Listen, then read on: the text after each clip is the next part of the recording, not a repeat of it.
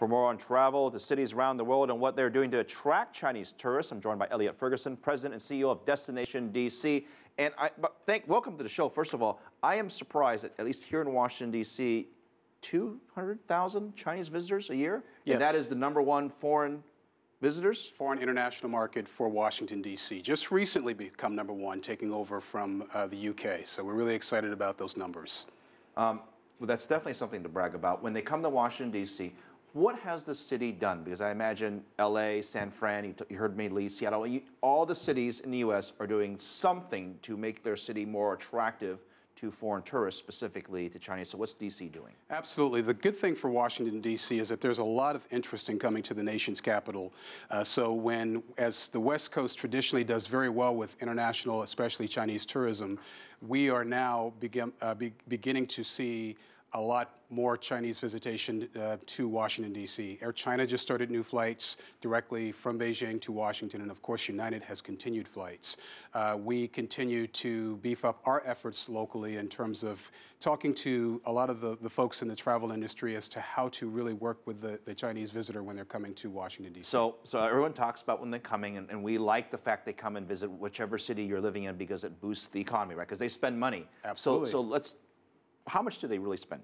Well, on average, it depends on who you're looking or who you're talking to in terms of the numbers. But what we're seeing is that the average Chinese visitor spends a lot on retail and a lot on shopping when they're in Washington, D.C. So that number is usually north of $700+ per visitor. And how many days or nights on average do they spend in a city like D.C.? 3 to 4 nights in the city, and then of course the regional draw, because they're of course coming to Washington, but they're also doing things in the region, perhaps going down to Annapolis or doing things in the Maryland area or Virginia.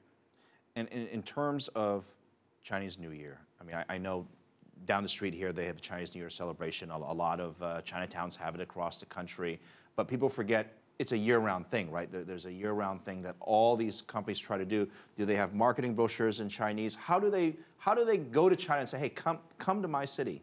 First thing we did is we hired a rep firm in Shanghai to help us focus on the market in China. As a matter of fact, we're heading to China just in a few weeks to work with our firm and with some of our other local members to help promote DC as a destination. Some of the things we do, including hiring a Chinese sales manager recently, is to focus on getting them to look at DC differently. We love the fact that they come from monuments, memorials, and museums, but our whole campaign, DC Cool, gives us a chance to focus on nightlife, theater, sporting events, shopping, and other activities that DC has to offer. And what we do with those outlets is we work with them to make sure that they understand that in some cases language is a barrier, so that there are interpreters. Well, I was going to say language is a huge barrier. And in a lot of cases, especially, right. So you can't get tickets to the basketball game if you don't know where to go get them. Right. So as we're working with a lot of the firms, the rep firms in China, they're helping us in terms of making sure that we understand the needs of those visitors as they're coming to the U.S. And so therefore, there are a lot of Mandarin speaking reps in the Washington area that can help with tours. What's the hottest month? What's the peak season for visitors? Peak season for visitors, it starts with the Cherry Blossom Festival, which of course is a gift from the Japanese. But for us, it's a large opportunity for us to focus on the Asian market. Of course, the weather is perfect, and it's a great opportunity to visit the nation's capital. Yeah, don't come right now when it's snowy. You can come now. The nice thing about coming now is you can get into all the museums. You don't have to wait in line.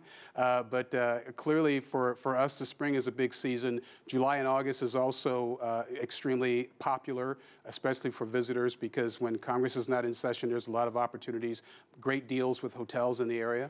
All right. I'll give you 20 seconds to tell the folks Happy Chinese New Year and give them one great reason to come to Washington, D.C. Well, Happy Chinese New Year. I think the main reason to come to Washington is, of course, we're a global destination. It's easy to get into our city. We are the nation's capital. Coming to Washington and then, of course, spending time in the region is a great opportunity to really experience, to be a part of the American experience. And there's so many wonderful things to do in Washington, and most of them are free. And also dinner at your house. Of course. Elliot Ferguson, good to see you. Thank you very much. Thank you for this opportunity.